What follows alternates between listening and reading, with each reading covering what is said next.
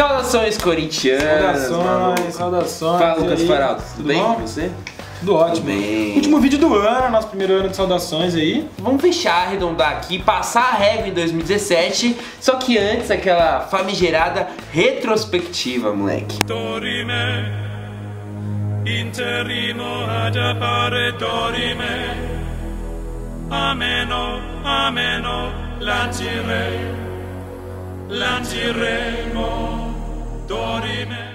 Número 1. As contratações. As contratações. O que de melhor veio para o Corinthians no início de 2017? Quem o Corinthians gastou ali ou não para fazer parte do time campeão paulista, do time campeão brasileiro? Jô, atacante. Zagueiro, Pablo. Volante, Gabriel que veio de graça do Palmeiras. E no meio campo, Jadson. Na volância de novo, Paulo Roberto. Pra quem não se lembra, todo mundo criticou Paulo Roberto. Paulo Roberto e o menino destruiu contra o Grêmio. Reserva. E por fim, menino Cleison que foi um pouco depois. A única contratação pós-campeonato paulista. Veio da Ponte Preta, foi eleito revelação do campeonato paulista por lá. E mano, foi uma boa contratação. Uma boa. Eu ainda, só pra passar a régua mesmo, vale também a molecada que subiu pós-copinha, né? É verdade. Acho que o Pedrinho cabeçando essa lista aí, Pedrinho que todo mundo gosta muito. Guilherme Mantuan. Inclusive é o nome do nosso cavalo aqui, que foi arremessado pelo Vinícius antes da gente gravar. Eu odeio esse cavalo. O segundo tópico da nossa lista poderia estar no primeiro tópico. Foi uma quase contratação aí do Corinthians que todo mundo lembra muito bem, que é o Drogba. A gente citou aqui porque, durante, sei lá, um mês desse ano de 2017, só se falou disso no noticiário corintiano. Então, não foi só especulação. Entrar. Corinthians, vale lembrar que o Corinthians negociou de fato com o Drogba. Sim, teve até o Valeu Drogba ali, que acho desnecessário, mas... E até que foi bom. Foda-se o Drogba também, o Jô arrebentou, tem o Casim também, qualquer coisa. Mas eu gostaria de ver o Drogba. Eu gostaria também. Na terceira posição da nossa lista temos o derby na arena, inesquecível, na noite de 22 de fevereiro, lembra até a data, que eu acabei de ver.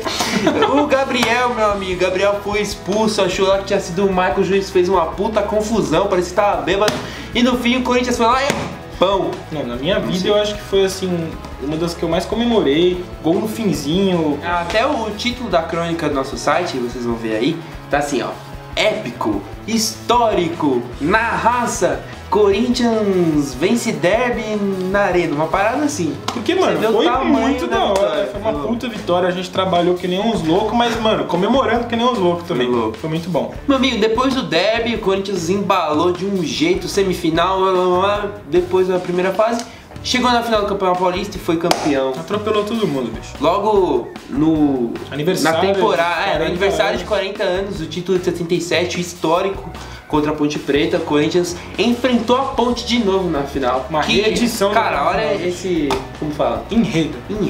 O Jadson já tinha sido contratado antes pra usar 77. Meu amigo, tava escrito. Foi sério. Bonito. Se você não acredita nisso, dá filme isso daí. Dá filme. Me contratem pra roteirista. Agora, como nem só de coisas boas é feita uma retrospectiva decente, a gente vai citar aqui a eliminação na Copa do Brasil. Dureza. Porque foi eliminação que o Corinthians não perdeu. Mas com o time da Série B.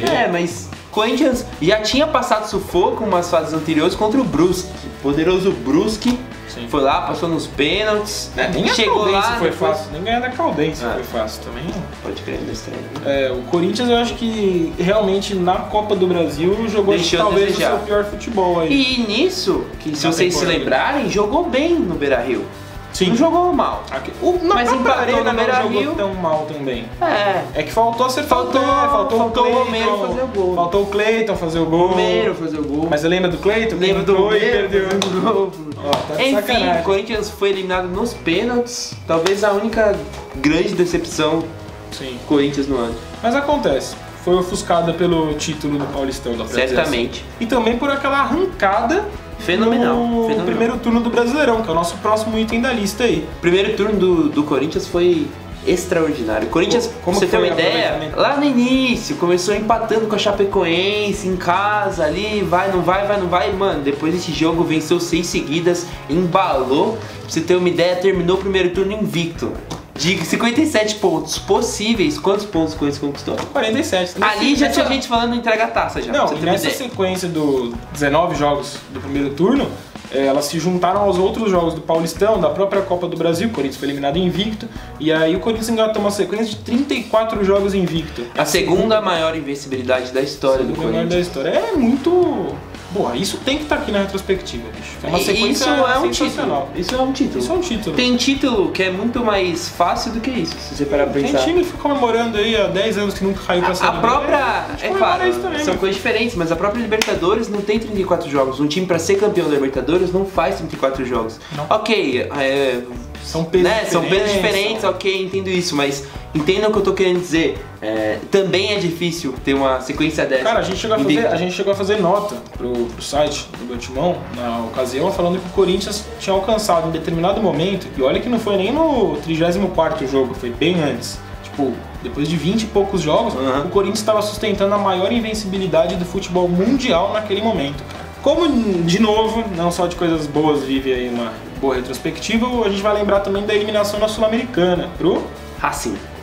Argentina. E ali já foi uma situação em que no Brasileiro o Corinthians já estava derrapando, foi aquele começo do segundo turno que o time já estava tropeçando para quem você nem cogitava que tropeçaria no primeiro turno. O que era normal. Se a gente para pensar que foi um primeiro turno excepcional, sim, era normal cair um pouco. Pro brasileiro isso não fez tanta diferença, o Corinthians conseguiu se recuperar e ganhou. Não despencou. Isso, mas a má fase ali naquele momento prejudicou na Sul-Americana. Custou classificação Sul-Americana. O Corinthians foi eliminado pelo Racing, e dava o que eu não acho tão ruim assim comparado à eliminação do Inter pro Internacional. Não é, mas assim, pô, é uma eliminação e mais do que isso, era um torneio que, você vê a fase final da Copa Sul-Americana agora. Dava pra ganhar. Se o Corinthians fosse um time minimamente copeiro ali, ganhava. Dava pra ganhar. O Corinthians é time de pontos corridos, infelizmente. Fica a dica aí pra Libertadores do ano que vem, a gente quer um time copeiro em 2018. Belíssimo. Shake, volta lá na reta final. Feriadão. Chegou lá. 15 de novembro.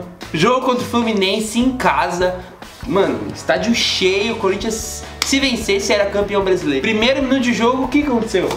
Gol do Fluminense. Gol do Fluminense. Tá de sacanagem. Que broxante. Mas não foi broxante, porque a torcida do Corinthians não parou de cantar, cantou ainda mais alto. Voltou o Jadson no segundo tempo, 2 minutos de jogo, ele já virou. E foi épico, velho. 2 gols do jogo. 2 gols de cabeça. Que coroou aí uma temporada sensacional do jogo, que a gente ainda vai falar daqui a pouco, mas... Enfim. Pra terminar, pra arrematar, o Corinthians, mano, foi campeão. Só que antes do jogo acabar, meu amigo, teve um outro momento que, mano, o torcedor corintiano ali, mano, chorou. Eu chorei. Épico, bicho, dessa campanha, dessa temporada. Ali, já nos minutos finais, o Carille chamou quem? Do banco de reservas. Zidanilo, o jogador mais velho a entrar em campo com a camisa do Corinthians. Pra contextualizar, o Danilo não jogava uma partida oficial há mais de um ano. O Danilo teve uma gravíssima lesão, né? Fraturou 2 ossos, podia até não voltar a mais jogar. Podia ter tido a perna amputada. Exatamente, bicho. Então ali foi foda.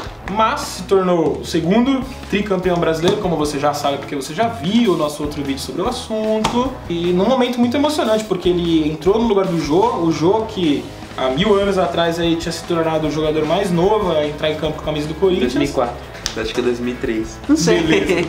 E aí o Danilo foi quem entrou justamente para completar aí a outra marca. E o 38 anos. Com a faixa de capitão.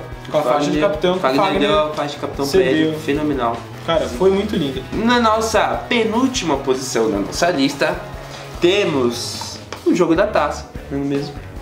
Contra o Atlético Mineiro. Caguei pro Atlético Mineiro. Primeiro foi um jogo legal. Não, mas primeiro foi um jogo legal. O Corinthians saiu atrás, foi lá, empatou, virou com um golaço do Marquinhos Gabriel. Tomou um empate ali, mas não importa. Foi o jogo da taça.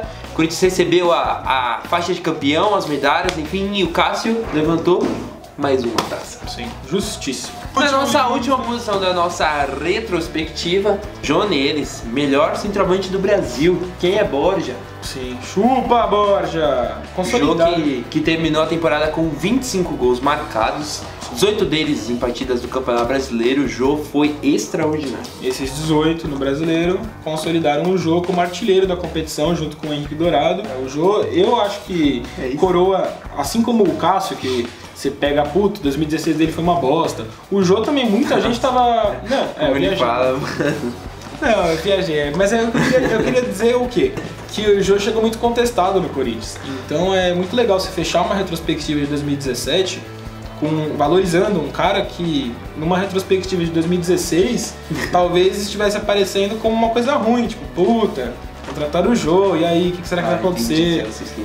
E, mano, não, o cara arrebentou desde o começo, desde o Campeonato Paulista, fez o nosso primeiro gol no Paulista, né, contra o São Bento, e foi coroado agora como artilheiro do Campeonato Brasileiro. Primeiro artilheiro da história do Corinthians no Campeonato Brasileiro. Retrospectiva teve fim em 2017. 2017 vai deixar saudade, não é mesmo? Mas 2018 vai ser melhor, bicho. Tô otimista. Calma. Calma, tá com pressa, acabou. Corta aí, tá subindo os créditos. Calma. Falou, saudações. Now the world don't